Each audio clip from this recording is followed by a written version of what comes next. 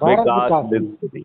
अब बताइए, भारत सरकार को अपना 5 पैसे खर्च करना पड़ेगा क्या? हाँ, नहीं करना पड़ेगा। इस रोजगार के मौलिक अधिकार में आप क्या कोई बाधा महसूस कर रहे हैं? यदि जो विभिन्न कंपनियां हैं, इनकी क्षमताएं हैं, इन सबको जो है, जो जो हमें भारत संपदा का निर्माण करना है, और उसके लिए जो हमें टीमें चाहिए, उस टीम के लिए हम रिसोर्सेस, इक्विपमेंट, टूल्स, मशीनरी को ट्रेन करके एक यूनिट बना के भारत विकास निधि में लगाएंगे तो भारत विकास निधि अपने आप बन जाएगी। और जो ये लोग हैं, इन्हें रोजगार नहीं खोजना पड़ेगा। इन्हें जो है गारंटी के साथ जो है, ये तीसों के तीसों दिन लगे होंगे और इन्हें एक भी दिन रोजगार नहीं खोजना होगा। और जो हम कह रहे हैं कि 2 लाख रुपए की क्रय शक्ति है, ये तो मिनिमम है। उनमें से जो हायर एंड का काम करेंगे, उनकी जो है आय 5 लाख, 10 लाख और 20 लाख रुपए भी होगी। तो जी, आप सही मुझे बात है। बताइए, भारत कितना ज्यादा समृद्ध होगा। हाँ, हाँ। इसी तर्ज पर हम शिक्षा की भी गारंटी दे रहे हैं। तो जो वर्तमान शिक्षा का जो मौलिक अधिकार है, वो तो फर्जी है। इसमें हम क्या कह रहे हैं कि भाई, आप जो है कॉम्पिटिटिव एग्जामिनेशन, इसमें जो भी लेना चाहते हैं, जो भी आप सपोर्ट लेना चाहते हैं, उसका भुगतान आप जो है परफॉर्मेंस के आधार पर अपने ही डेबिट अकाउंट से कर पाएंगे।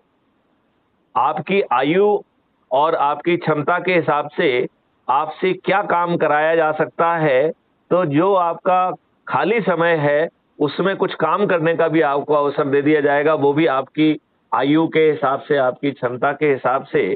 तो आप मुझे बताइए, कितनी आसानी से हमारे वो बच्चे शिक्षा का मौलिक अधिकार भी पा पाएंगे, और अधिकांश जो कोई भी चीज मुफ्त में नहीं ले रहे हैं, और अधिकांश चीजों का वो भुगतान के लिए उन्हें जो है ना एम्प्लॉयमेंट मिले, इस बात का इंतजार नहीं करना पड़ेगा।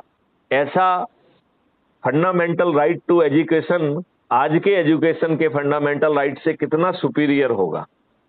हाँ, अच्छा होगा, होगा, बेहतर होगा। अब इसी तर्ज पर यदि हम आपको फंडामेंटल राइट टू हेल्थ दे दें, जिसमें हाँ, कि हाँ। आपको, आपके पास पैसा हो चाहे ना हो, आपके डेबिट अकाउंट से जो है ना भुगतान हो जाएगा, आपका एनुअल मेडिकल चेकअप हो जाएगा, आपके खेत में जो है 10 फीट गहरी खाई खुद जाएगी, 4 तरीके के पेड़ लग जाएंगे, गायों की गौशालाएं खुल जाएंगी, और हर किसी को फल, दूध और ये सब चीजें मिल जाएंगी। यदि उसकी क्रय करने की शक्ति नहीं है, तो उसका भुगतान डेबिट अकाउंट से कर दिया जाएगा, और आपकी क्रय शक्ति बढ़ाई जा रही है। लिहाजा आपको फंडामेंटल राइट टू हेल्थ एक रियल राइट के तहत मिल जाएगा, जिसमें मेडिकल चेकअप में हमारी डिपेंडेंसी एलोपैथी पे नहीं रहेगी। हम ऐसे उपकरण बना लेंगे जिससे हमारा वात, पित्त, कफ भी नापा जा सकेगा। तो जो आज हम हाँ, नाप रहे हैं वो भी नपेगा, जो नहीं नाप रहे हैं वो भी नप जाएगा। और फिर आपके उसमें दिनचर्या में ही योगा, मेडिटेशन, आपके खान पान में परिवर्तन करके, आपके सोच और चिंतन में भी सुधार करते हुए आपको एक real fundamental right to health मिलेगा। वो आज की तुलना में सुपीरियर होगा कि नहीं होगा? बिल्कुल होगा, बिल्कुल होगा। इसी तरीके से राइट टू सर्टेनिटी उसमें डाला जाएगा, जिसमें कोई भी अपरिचित व्यक्ति जिसे टेक्नोलॉजी नहीं पहचान पा रही है, he will be treated as a threat. And कोई भी व्यक्ति उसे अरेस्ट, अलार्म बजाने पे अरेस्ट कर पाएगा, और उसे 20,000 का भुगतान देना पड़ेगा। 10,000 भारत सरकार के पास चले जाएंगे, और 10,000 उस गिरफ्तार करने वाले व्यक्ति को मिलेंगे। तो भारत के रोड पर एक भी अनजान व्यक्ति, अनोनिमस व्यक्ति घूमेगा क्या? नहीं घूम पाएगा फिर, हाँ। तो अपराध करने का जो भारी मॉडल है, जिसमें सर्टेनिटी के साथ जो है बिना थाने जाए एफआईआर दर्ज होगी, सर्टेनिटी के साथ जो है अधिकतम 15 दिन में अकाट साक्ष्यों का संग्रहण होगा,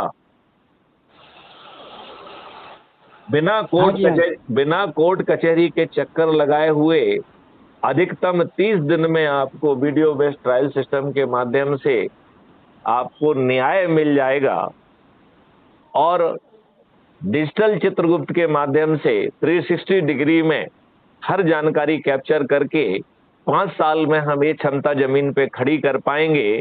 जब कोई भी अपराधी घर से निकलेगा तो सिस्टम ये अनुमान लगा पाएगा कि ये अपराध करने की नीयत से निकल रहा है, ये संभवतः इस रोड का उपयोग करेगा, इसके साथ में कौन है, इसके पास कोई घातक हथियार तो नहीं है। और 5 साल के अंदर हम इस स्थिति में पहुंच जाएंगे कि 99% केसेस में अपराध घटित करने के पहले हम अपराधी को गिरफ्तार कर पाएंगे। और इस प्रक्रिया में जो भी सहयोग देगा उसके ऊपर धन की वर्षा करके अपराधी से उसका दुगना वसूल किया जाएगा। बताइए, ऐसा अद्भुत भारत यदि आपको मिल रहा है तो क्या ये 9 दिन का सरल उपाय हमारे लिए एक बड़ा मोटिवेशन नहीं होना चाहिए कि साहब देखिए इतना बड़ी चीज मिल रही है और हमें इतना छोटा उपाय करना है, और जिन चीजों में हम फंसे हुए हैं उससे तो हमें कुछ बड़ा अच्छा भारत तो नहीं मिलने वाला है। हम 4 पैसे कमा के अपना पेट पाल लेंगे, लेकिन क्या पेट पालने के अलावा आपको अच्छा भारत मिलेगा? नहीं, सही है, नहीं मिल पाएगा। हाँ। तो जो भी कर रहे हैं आप, हो सकता है कि 2 4 5 करोड़ भी कमा लें, लेकिन उससे आपको सही अच्छा भारत तो नहीं मिलेगा। तो हम नहीं अपनी मिलेगा। एनर्जी का यदि आधा घंटे 15 मिनट अपने से परिचित लोगों को जोड़ने में लगाते हैं, तो फिर आप बताइए कि यह काम करने में क्या कोई दिक्कत आएगी? नहीं, दिक्कत तो खैर कहीं नहीं आएगी। तो इसका मतलब ये है कि अभी तक जो लोग जुड़े उन्होंने लिंक वगैरह तो भेजी है, लेकिन जो व्यक्तिगत प्रयास इस व्यवस्था में होना चाहिए था वो नहीं किया गया है। और फिर हम तो एक बात और भी कह रहे हैं, हम में से बहुत सारे लोग जब कोई आपदा आती है, कोई बीमारी फैलती है, कोई महामारी आती है, तो हम लोग जो है बड़े बड़े उपाय करते हैं, बड़े बड़े हवन करते हैं, सत्यनारायण की कथा करते हैं, यज्ञ करते हैं कि नहीं करते हैं? हाँ हाँ। तो यदि हम लोग जिस भी जाति और समुदाय के हैं, हम महापरिवर्तन के लिए लोगों को जोड़कर और महापरिवर्तन के लिए संगोष्ठियां करें, महापरिवर्तन के लिए सत्यनारायण कथा करें, महापरिवर्तन के लिए यज्ञ और हवन करें, महापरिवर्तन के लिए रविवार की प्रार्थनाएं होने लगे और महापरिवर्तन के लिए नमाज भी होने लगे, तो बताओ हमें महापरिवर्तित अच्छा भारत जिसमें सभी जाति और धर्म के लोग अच्छे ढंग से रह पाएंगे, सभी लोग समृद्ध होंगे, सभी लोग सुखी होंगे। अभी जो जाति और धर्म के आधार पर व्यक्तिगत स्वार्थ के लिए खाई खोदी जा रही है और हम सब लोग उस खाई में फंस रहे हैं और उसका हिस्सा भी बनते जा रहे हैं, वो हमारा सोच और चिंतन को भी दूषित कर पा रहा है। संभवतः हम उस खाई से बाहर निकल आएंगे कि नहीं निकल आएंगे? हाँ, निकल आएंगे। तो कितने लाभ हैं? लाभ ही लाभ हैं। जी। आप ये बताइए, क्या इस पूरी प्रक्रिया में आपको कोई एक ही भी हानि दिख रही है क्या? नहीं, हानि तो कुछ भी नहीं है। और फिर जब प्रक्रिया शुरू होगी तो उसमें तो सब एक्सपर्ट लोग ही आएंगे, और जो जनता को तो सिर्फ इतना करना है कि समर्थन में खड़े हो जाएं जुड़ के। जनता इतना को करना तो जनता इसमें भी को कोई।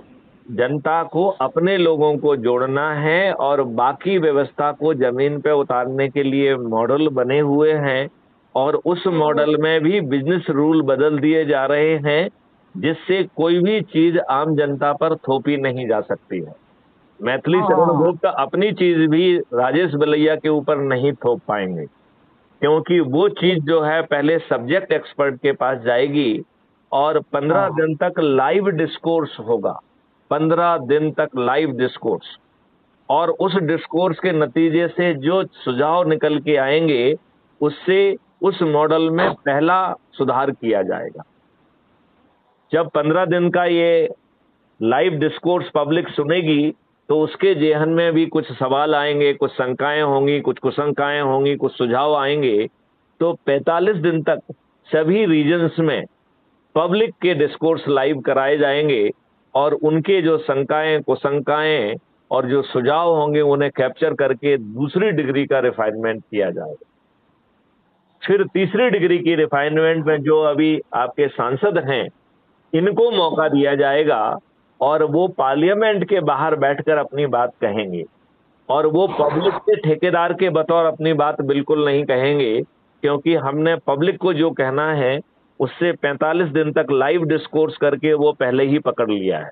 तो राजेश बलैया जी, आप इस बात से सहमत हैं कि ये सांसद, ये एमएलएज, ये जनप्रतिनिधि के रूप में नहीं बल्कि अपने जो है ना खुद के व्यक्तिगत सुझाव देंगे, और ये प्रक्रिया भी 15 दिन तक चलेगी। इन तीनों सुधारों के बाद ही कोई भी जो है विधेयक, कोई भी योजना पार्लियामेंट में उतारी जा सकेगी, इसके पहले नहीं। और फिर पार्लियामेंट में एक एक विषय पर डिस्कोर्स होगा, तो और पार्टी व्हिप नहीं होगी, तो कोई बना हुआ नहीं है। लिहाजा जो उपयोगी सलाहें पहले नहीं आ पाई हैं वो पार्लियामेंट में आ जाएंगी। इस तरीके से जो कानून और व्यवस्था और जो चीजें फिर उपज के सामने आएंगी, उनकी गुणवत्ता पे आपको कोई संदेह रह गया है क्या? नहीं, फिर कहाँ संदेह रह जाएगा। हम में से यदि कोई दूसरे चरित्र का व्यक्ति भी प्रक्रिया में लोगों को जोड़कर यदि अंदर पहुंच भी जाता है, तो क्या वो कोई गड़बड़ी करने की स्थिति में रहेगा? हम में से यदि कोई व्यक्ति दूषित दिमाग का है और अधिक से अधिक लोगों को जोड़कर वो प्रक्रिया में अंदर घुस जाता है, तो क्या वो अपनी दूषित मानसिकता से हमें कोई हानि पहुंचाने की स्थिति में रहेगा? राजेश बलैया जी, हेलो। नहीं रहे। तो हमें किसी भी तरीके का जब कुछ नुकसान नहीं है और हमें परिपक्व भारत मिल रहा है, 21 लक्षों के साथ महापरिवर्तित भारत मिल रहा है, तो आपको